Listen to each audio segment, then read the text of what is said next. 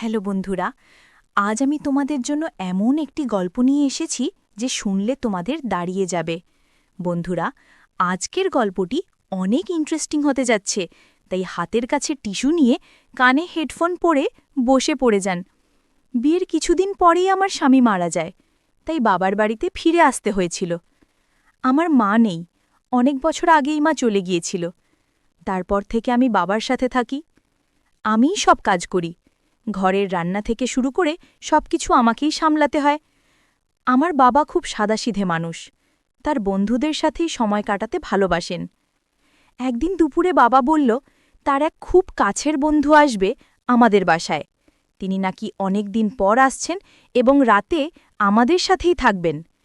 আমি কিছু বললাম না, শুধু ভাবছিলাম আমাকে কতটা ব্যস্ত থাকতে হবে রান্নাবান্নার সব আয়োজন নিয়ে। আমার প্রাণের বন্ধুরা, পুরো গল্পটি শুনলে তোমাদের দাঁড়িয়ে যাবে, তাই গল্পটি শোনার আগে আমার একটি অনুরোধ, অবশ্যই এই ভিডিওতে একটি লাইক দিয়ে চ্যানেলটি সাবস্ক্রাইব করে দাও। বিকেলটা কেটে গেল কাজ করতে করতে। বাজার থেকে জিনিস আনতে হলো। আমি রান্নাঘরে ব্যস্ত হয়ে পড়লাম। মাছ, মাংস, ভাত, তরকারি সব রেঁধে ফেললাম। বাবা তার বন্ধু খাওয়া শেষ করে অনেক খুশি হল। আমি চুপচাপ তাদের দিকে তাকিয়ে শুধু হাসলাম। খাওয়া দাওয়া শেষে আমি তাদের ঘুমানোর জন্য বিছানা করে দিলাম। তারা শুয়ে গেল। আমি আমার ছোট্ট ঘরে চলে এলাম। সারাদিনের ক্লান্তি শরীরে ছিল। চোখ বন্ধ হতেই ঘুমিয়ে পড়লাম। কিন্তু রাতের গভীরে আমার মনে হল যেন কেউ আমার ঘরে ঢুকল।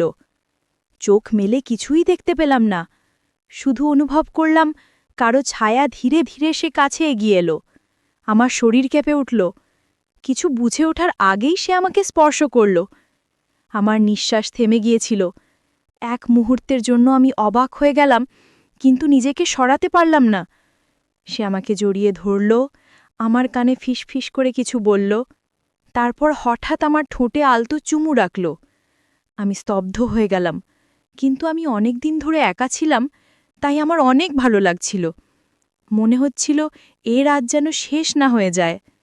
হঠাৎ আমি এবার বুঝে ফেলেছি যে লোকটা আমার বাবার বন্ধু। গতরাতের সেই ঘটনার পর আমার ভেতরটা কেমন অদ্ভুত হয়ে গিয়েছিল। আমি চোখ মেলেই দেখলাম সকাল হয়ে গেছে, সূর্যের আলো জানালা দিয়ে ভেতরে ঢুকছে।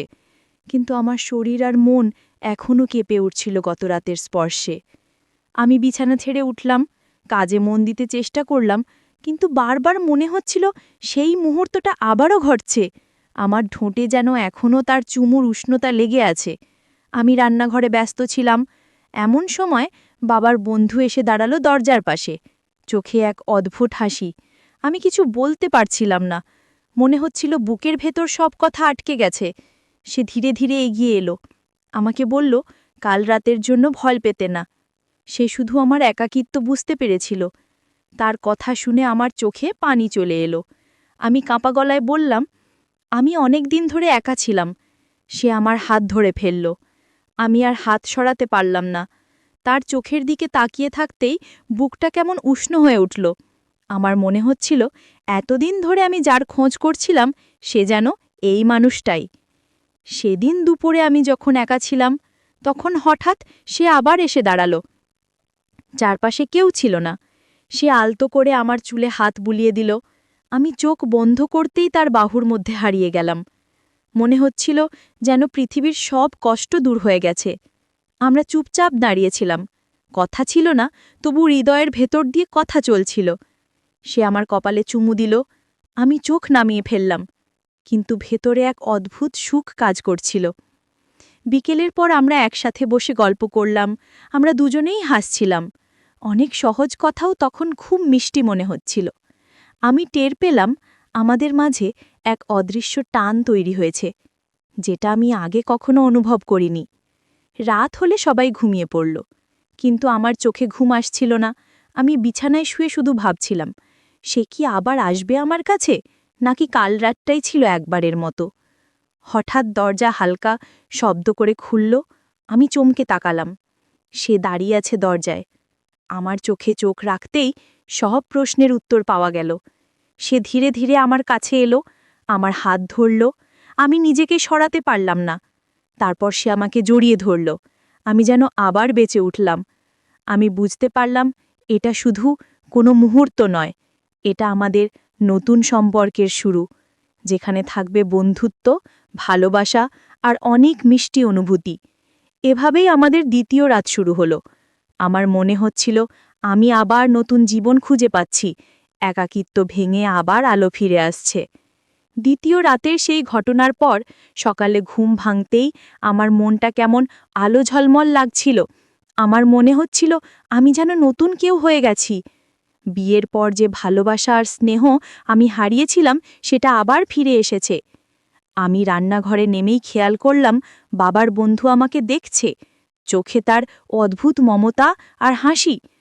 আমি চুপচাপ কাজ করছিলাম, কিন্তু মনটা কাঁপছিল, কারণ আমি জানতাম আজ আবার কিছু নতুন হতে পারে। খাওয়া দাওয়া শেষে বাবা আর উনি গল্পে মশগুল হয়ে গেলেন। আমি এক কোণে বসে শুধু তাদের কথা শুনছিলাম, কিন্তু তার চোখ বারবার আমার দিকে চলে আসছিল। আমি চোখ নামিয়ে নিচ্ছিলাম, কিন্তু ভেতরে ভেতরে আমি খুশি হচ্ছিলাম। বিকেলের পর আমরা একসাথে বসে গল্প করলাম। আমরা দুজনেই হাসছিলাম, অনেক সহজ কথাও তখন খুব মিষ্টি মনে হচ্ছিল। আমি টের পেলাম আমাদের মাঝে এক অদৃশ্য টান তৈরি হয়েছে, যেটা আমি আগে কখনো অনুভব করিনি। রাত হলে সবাই ঘুমিয়ে পড়ল, কিন্তু আমার চোখে ঘুম আসছিল না। আমি বিছানায় শুয়ে শুধু ভাবছিলাম, সে কি আবার আসবে আমার কাছে, নাকি কাল রাতটাই ছিল একবারের মতো। হঠাৎ দরজা হালকা শব্দ করে খুলল। আমি চমকে তাকালাম। সে দাঁড়িয়ে আছে দরজায়। আমার চোখে চোখ রাখতেই সব প্রশ্নের উত্তর পাওয়া গেল। সে ধীরে ধীরে আমার কাছে এলো, আমার হাত ধরল। আমি নিজেকে সরাতে পারলাম না। তারপর সে আমাকে জড়িয়ে ধরল। আমি যেন আবার বেঁচে উঠলাম।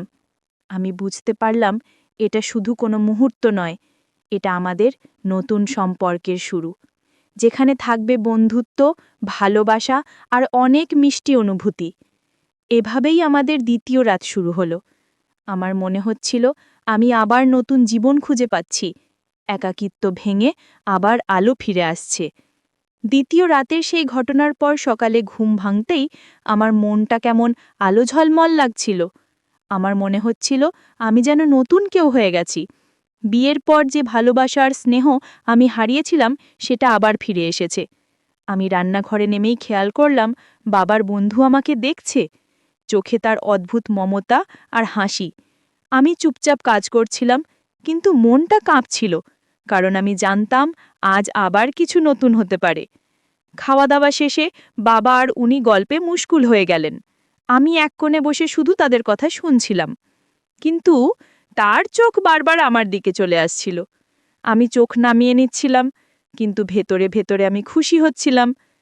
বিকেলের পর আমরা একসাথে বসে গল্প করলাম। আমরা দুজনেই হাসছিলাম, অনেক সহজ কথাও তখন খুব মিষ্টি মনে হচ্ছিল। আমি টের পেলাম আমাদের মাঝে এক অদৃশ্য টান তৈরি হয়েছে, যেটা আমি আগে কখনো অনুভব করিনি। রাত হলে সবাই ঘুমিয়ে পড়ল, কিন্তু আমার চোখে ঘুম আসছিল না। আমি বিছানায় শুয়ে শুধু ভাবছিলাম, সে কি আবার আসবে আমার কাছে, নাকি কাল রাতটাই ছিল একবারের মতো। হঠাৎ দরজা হালকা শব্দ করে খুলল। আমি চমকে তাকালাম। সে দাঁড়িয়ে আছে দরজায়। আমার চোখে চোখ রাখতেই সব প্রশ্নের উত্তর পাওয়া গেল। সে ধীরে ধীরে আমার কাছে এলো, আমার হাত ধরল। আমি নিজেকে সরাতে পারলাম না। তারপর সে আমাকে জড়িয়ে ধরল। আমি যেন আবার বেঁচে উঠলাম।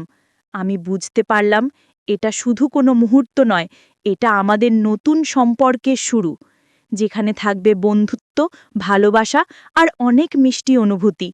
এভাবেই আমাদের দ্বিতীয় রাত শুরু হলো। আমার মনে হচ্ছিল আমি আবার নতুন জীবন খুঁজে পাচ্ছি, একাকিত্ব ভেঙে আবার আলো ফিরে আসছে। তো বন্ধুরা, আজকের গল্পটি এই পর্যন্তই। গল্পটি তোমাদের কেমন লাগলো অবশ্যই কমেন্ট করে জানাবে, এবং এরকম আরও মজার ও ইন্টারেস্টিং ভিডিও পেতে এখনই আমাদের চ্যানেলটি সাবস্ক্রাইব করে পাশে থাকা বেল আইকনটিতে ক্লিক করুন। ধন্যবাদ।